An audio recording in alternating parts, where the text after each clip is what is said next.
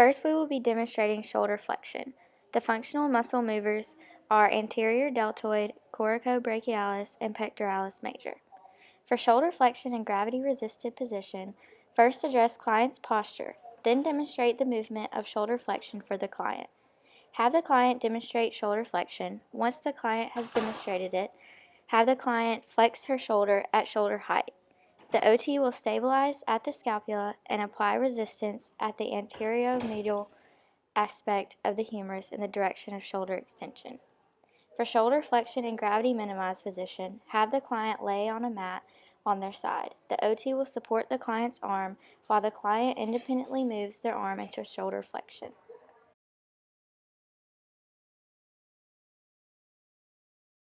For shoulder abduction, the functional muscle movers are the middle fibers of the deltoid and the supraspinatus. For gravity-resisted position, address the client's posture and demonstrate the movement of shoulder abduction. Have the client demonstrate shoulder abduction with the thumb sticking straight up.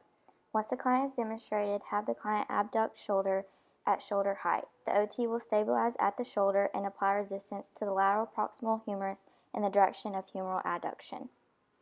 For shoulder abduction in gravity-minimized position, have the client lie supine on a mat with their palms supinated and their arm at their side.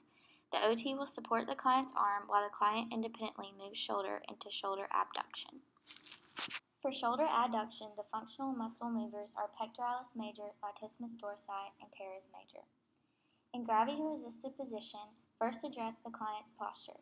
Next, demonstrate shoulder adduction. The thumb will be sticking straight up while the arm is moving. Once the client has demonstrated shoulder adduction, have the client's humerus be in 30 to 45 degrees of humeral abduction.